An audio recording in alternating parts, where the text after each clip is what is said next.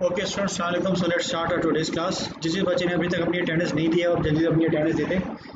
Okay, previous जो topic हम कर रहे थे दैट वाज रेजिस्टिविटी। हमने जो है वो रेजिस्टिविटी का टॉपिक किया था and then we have done about resistance, specific resistance. उसका मैंने आपको पूरा बताया था कि what are the factors on which resistance of a material depend. Resistance किस किस चीज़ों पर डिपेंड करती है वो हमने डिस्कस किया था। देन वी हैव डिस्कस्ड कि स्पेसिफिक रेजिस्टेंस है वो आपकी वो क्या होती है और फार्मूला हमने ड्राइव किया था to find out the specific resistance. ये सारा काम हमने किया था अपने प्रीवियस क्लास में। अच्छा, टुडेज क्लास में हम क्या करें, आज हम करेंगे circuits. We will do electric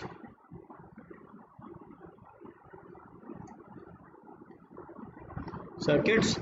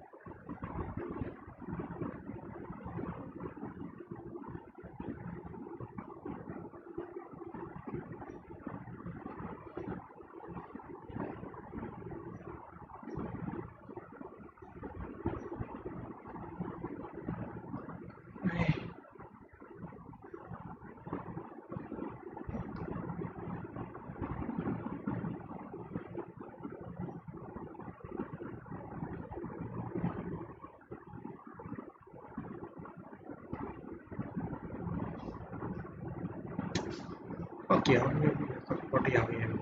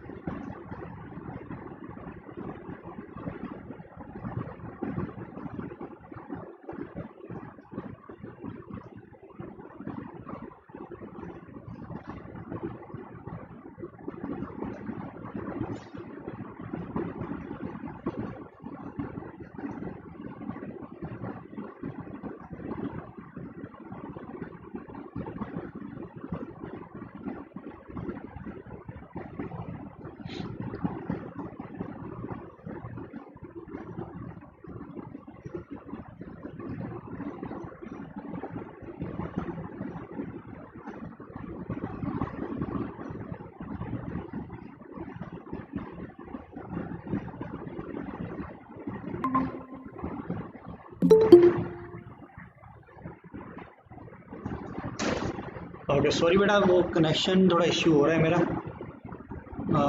okay, so वेवर भी yes.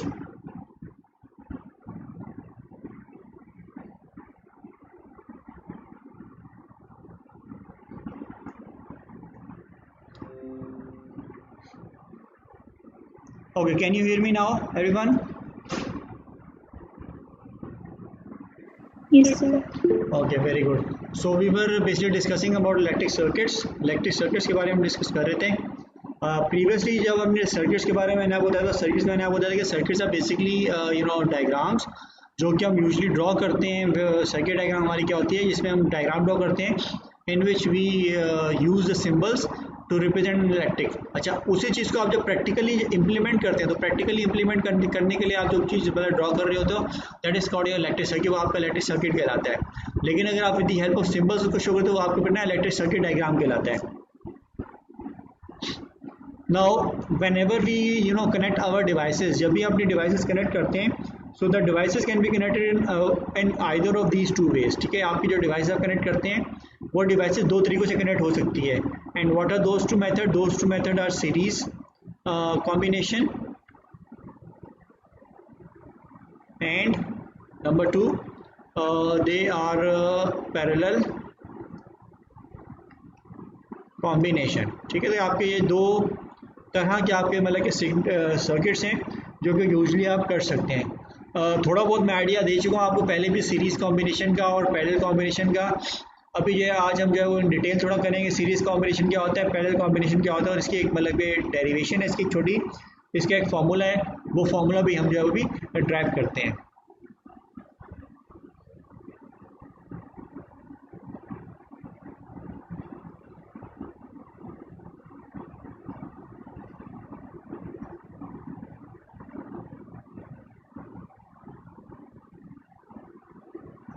Okay, so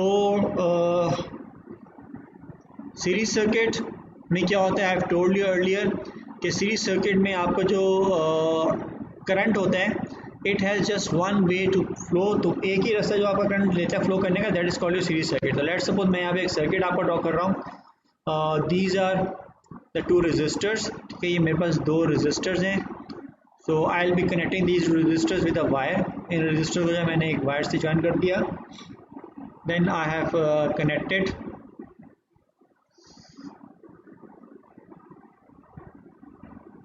N ammeter here. यहाँ पे जो मैंने अपना जो है वो एक एमीटर लगा दिया।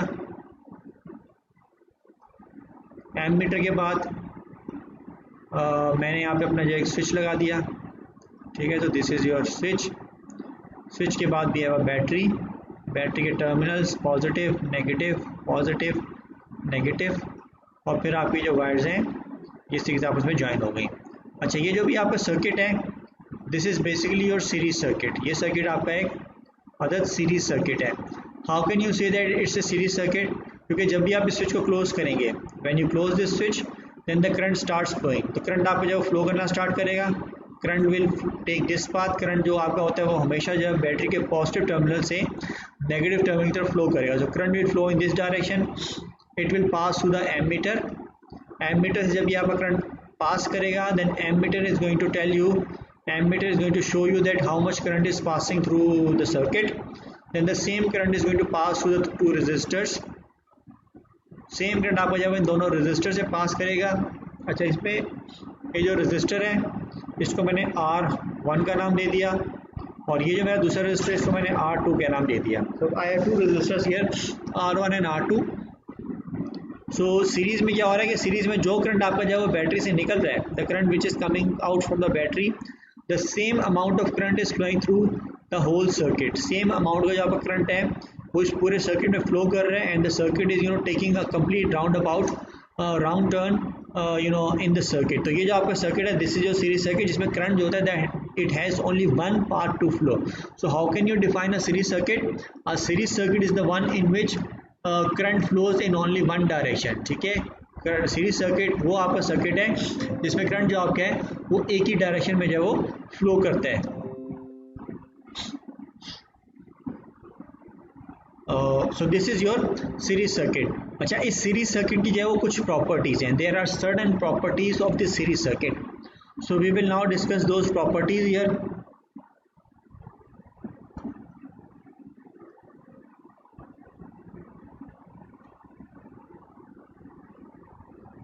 ठीक है, अच्छा जब तक मैं ये इसको टाइप कर रहा हूँ बेटा आप लोग सब लोग जो अपनी अटेंडेंस दोबारा दे दें, because previous since I have logged out तो सब चैट्स आपकी हिस्ट्री में हट गई यहाँ से।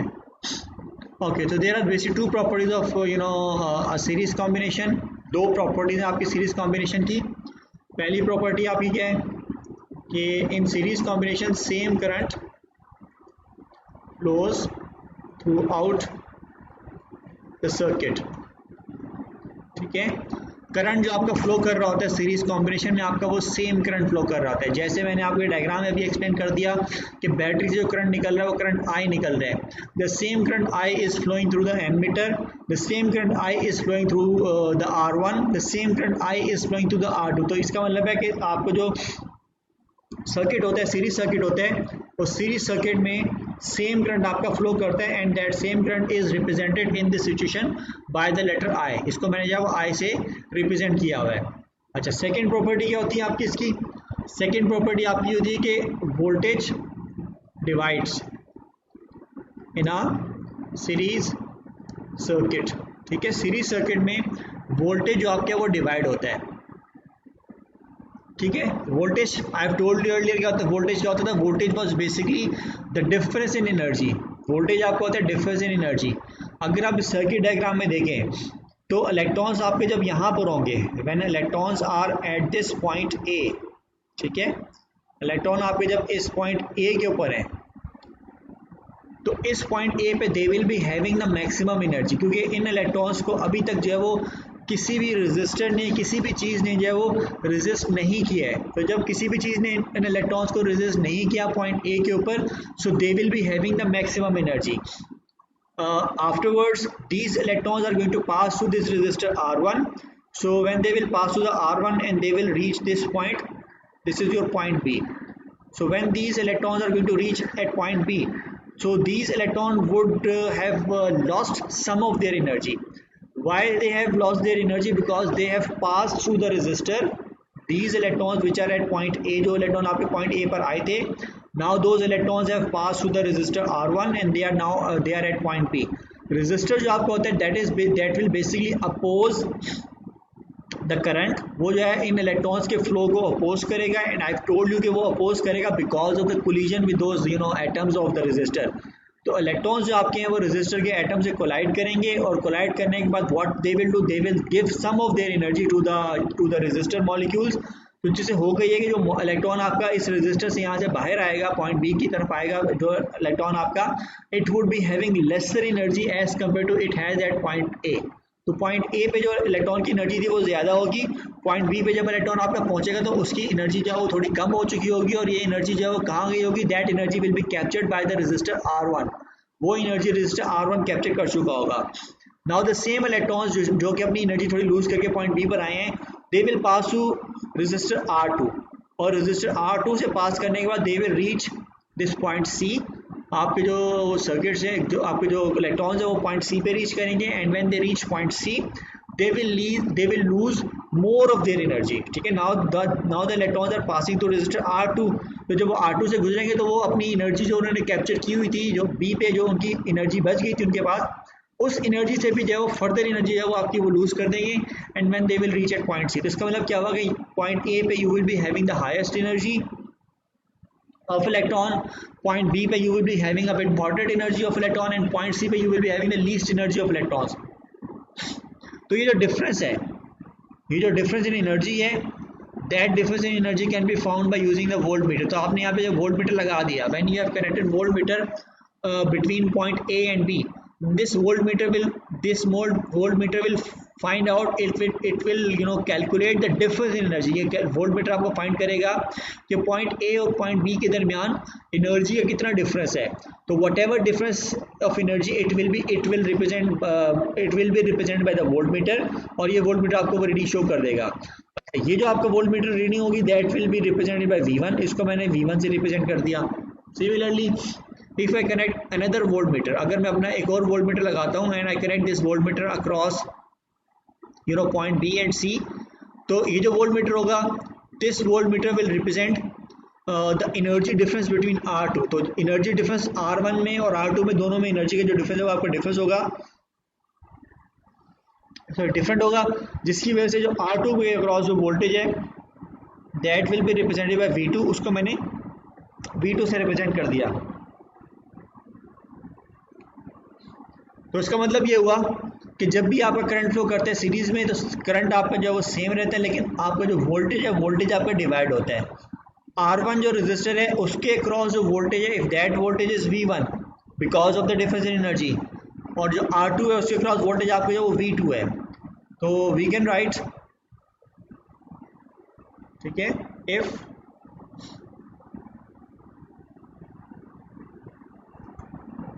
R1 is a voltage across R1, ठीक है, sorry V1 is the voltage across R1, ठीक है, V1 जो है ये वोल्टेज जो कि रजिस्टर R1 के क्रॉस है। If V2 is the voltage across R2, ठीक है, V2 जो है that is the voltage across R2। तो अकॉर्डिंग टू मैथमेटिक्स आपकी कह रही है कि जो आपका जो बैटरी का वोल्टेज है, ठीक है, बैटरी जो आपकी यहाँ पर है उसका वोल्टेज V है, तो बैटरी वोल्टेज V जो है that should be equal to the V1 plus V2, ठीक है। आपकी यहाँ पे जो बैटरी है, ये जो बैटरी है, इस बैटरी का जो वोल्टेज है वो वोल्टेज V है। तो बेसिकली जो बैटरी का वोल्टेज है, जो डिफरेंस इन एनर्जी बैटरी का है, वही आपका डिवाइड होगा बिटवीन द टू रेजिस्टर्स, इन दोनों रेजिस्टर के दरमियान आपको वही जो है वो डिवाइड होगा। सो वी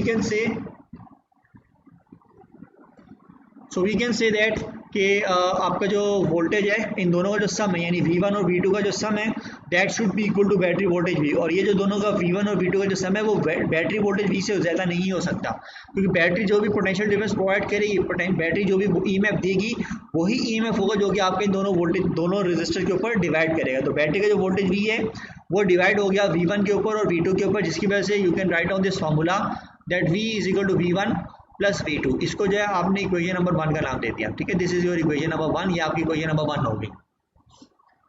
सो ये दो प्रॉपर्टीज हैं। So these are the two properties of a series combination के सीरीज कॉम्बिनेशन में करंट जो आपका होता है वो सेम रहता है, और इसमें जो वोल्टेज आपका होता है वो आपका डिवाइड होता है।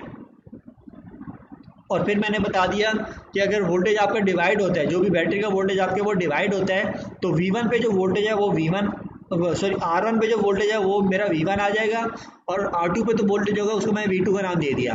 Then we will be using our Ohm's law, ठीक है, using Ohm's law. What was your Ohm's law? Ohm's law था आपका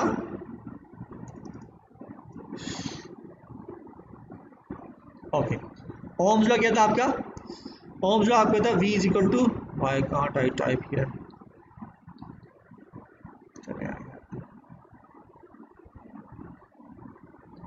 ओम्स लॉ था आपका V is equal to IR। This was your Ohm's law.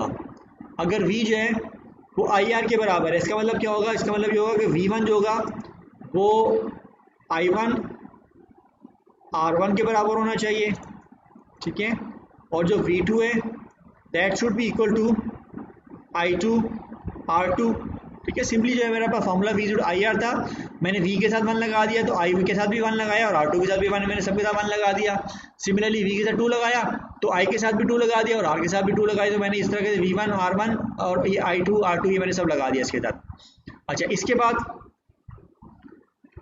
I1 जो है that was equal to I2, क्योंकि current तो आपका सेम रहता है ना। पॉइंट नंबर 1 आपको यही था कि same current flow through the resistor. इसका मतलब है कि I1 और I2 जो है दोनों आपस में बराबर होंगे, और ये दोनों जब आपस में बराबर है तो instead of using I1 and I2 I can simply use I here. मैंने सिंपली यहाँ पे जो इन दोनों की जगह मैंने यहाँ पे I यूज कर दिया।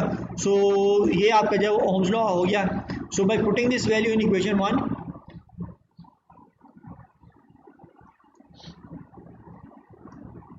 ये जो मेरे पास वैल्यू आई है V1 की और V2 की, इसको मैंने इक्वेशन नंबर 1 में पुट कर दिया। तो इक्वेशन 1 आपकी क्या थी? V थी that is equal to V1 क्या था आपके पास? V1 वाज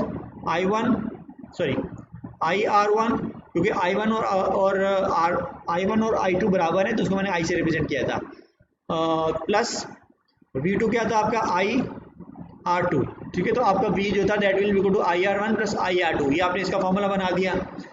फिर आपने क्या किया, इसमें राइट हैंड साइड पे you have I common, I जो आपके वो कॉमन है, तो आपने इसको लिख दिया V is equal to I, आपने यहाँ पे कॉमन ले लिया, तो आपके पास रह जाएगा R1 प्लस R2, ठीक है। आपके पास ये रह गया R1 प्लस R2, I आपने यहाँ से कॉमन ले लिया।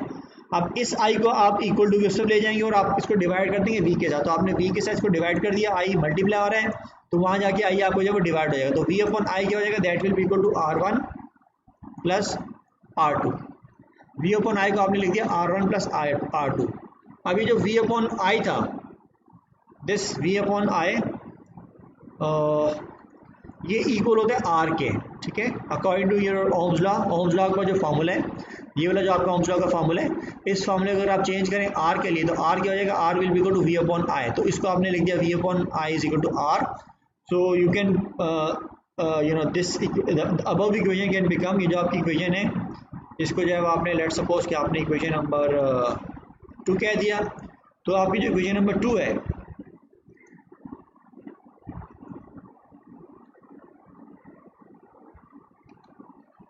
इक्वेशन नंबर 2 है, this equation number 2 can be written as r is equal to r1 plus r2, ठीक है।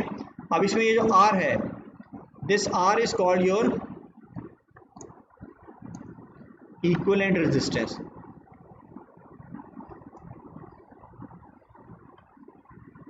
ठीक है। ये जो r आपके है, इस r को हम जो है वो इक्विवेलेंट रेजिस्टेंस कहते हैं। दिस r कैन, और इसको आप इक्विवेलेंट रेजिस्टेंस कहते हैं। You can also call it your equal resistance as well, you can also call it combined resistance, ठीक है। You can also call it total resistance.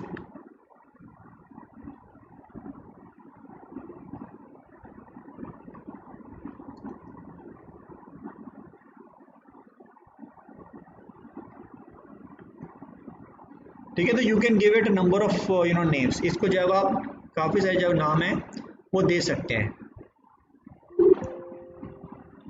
सो ये आपका हो गया R, that is you call it equivalent resistance. अच्छा, अब ये equivalent resistance आपकी क्या होती है?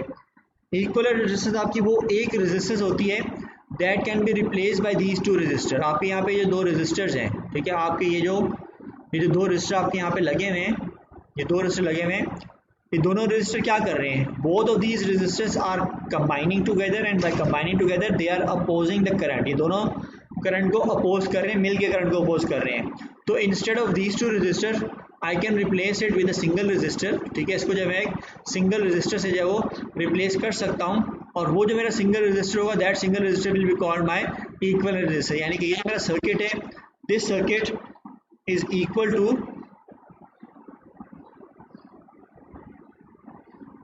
ये वाला सर्किट जो है ये मेरा सर्किट इक्वल है इस सर्किट के, ठीक है। यानी कि सिंपल आपका जो एक रेजिस्टर हो, आपके पास जो वो यहाँ पे इसका एक एमीटर लगा हुआ हो, आपके पास जो है यहाँ पे इसका एक अदद स्विच लगा हुआ हो, then you have a battery. ये अब ये जो आपका रेजिस्टर है, इसकी जो वैल्यू होगी that value will be resistor R, this will be called your resistance, that will be called your equivalent resistor और इक्विवेलेंट रेजिस्टेंस। और इसकी जो वैल्यू है, इस इक्विवेलेंट रेजिस्टर की जो वैल्यू है, that value can be found by using this formula. ये वाला फार्मूला यूज करके आप इस इक्विवेलेंट रेजिस्टर आर की वैल्यू निकाल सकते हैं। यानी कि I can replace these two resistor, मैं ये दो रेजिस्टर यहाँ से हटाकर इन दोनों रेजिस्टर की जगह सिर्फ एक ही रेजिस्टर लगा सकता हूँ, और उस एक रेजिस्टर की क्या वैल्यू होगी वो वैल्यू फाइंड आप करेंगे इस फार्मूले से। You can find out that value using this formula. अच्छा, you can have more than two resistor as well. Instead of using more than two resistor, you can replace these multiple resistor with a single resistor। और वो जो आपका single resistor है, वो single resistor आपका जो वो इक्विवेलेंट रेजिस्टर कहलाएगा, वो सिंगल रेजिस्टर आपका जो वो इक्विवेलेंट रेजिस्टर कहलाएगा, और उसकी वैल्यू आप इस फार्मूले से फाइंड करेंगे। अगर मैं इसी फार्मूले को जनरलाइज करना चाहूँ तो जनरलाइज फार्मूला मेरा ये बन जाएगा, जो मेरा जो रेजिस्टेंस आर है that is equal to R1 plus R2 plus R3 plus से लेकर Rn तक। यानी कि जितने भी मेरे पास रेजिस्टर हैं, उन सारे के सारे रेजिस्टर की जो भी वैल्यू है, उन सब वैल्यूज़ को मैं सिंपली सम कर दूंगा, और सिंपली सम करने के बाद मेरे पास जो वैल्यू आएगी वो वैल्यू होगी मेरे पास इक्विवेलेंट रेजिस्टर की। और वो इक्विवेलेंट रेजिस्टर वही काम करेगा, करंट को उतना ही अपोज करेगा जितना कि ये सारे के सारे रेजिस्टर मिल के कर रहे होंगे, ठीक है। तो आपको ये जो मैंने यहाँ पे रेजिस्टर सर्किट बनाया हुआ है दो रेजिस्टर का, ये दो रेजिस्टर मिल के जितना करंट को अपोज कर रहे होंगे उतना ही करंट को ये अकेला रेजिस्टर आपका अपोज करेगा, और उस अकेले रेजिस्टर की जो वैल्यू है वो वैल्यू डिपेंड कर रही होगी इन दोनों इंडिविजुअल रेजिस्टर के ऊपर। वो वैल्यू डिपेंड कर रही होगी इन दोनों की इंडिविजुअल वैल्यू के ऊपर। तो अगर मुझे इन दोनों की वैल्यूज पता है, if I know the value of these two resistors, then I can use this value and find out the value of this equivalent resistor. और मैं इन दो रजिस्टर के बजाय सिर्फ एक ही रजिस्टर यहाँ पे लगा सकता हूँ, और वो मेरा एक रजिस्टर जो है वो that single register will be called my equivalent register. ठीक है, यस बेटा, any question regarding this? Okay, जिस बच्चे ने अभी तक अटेंडेंस नहीं दी है जल्दी से अपना नाम लिख लें, क्योंकि पहले जो बच्चे थे मैं थोड़ा डिस्कनेक्ट हुआ था, जिसकी वजह से सबके जो नाम मेरे पास मिल चुके हैं। ठीक है, अगर कोई रह गया तो give me your attendance so that I can mark your attendance. और if you don't have any question I think then you can leave the class is over. Series combination आपका ये होता है, इसकी ये पूरी डेरिवेशन है। ये डेरिवेशन आपकी नॉर्मली इंपॉर्टेंट है, इसका फॉर्मूला जो आपका पेपर में पूछा जाता है आपसे। So I will be sending it Google class में, आपको भेज दूंगा इसको मैं, तो you can copy down in your journal from there.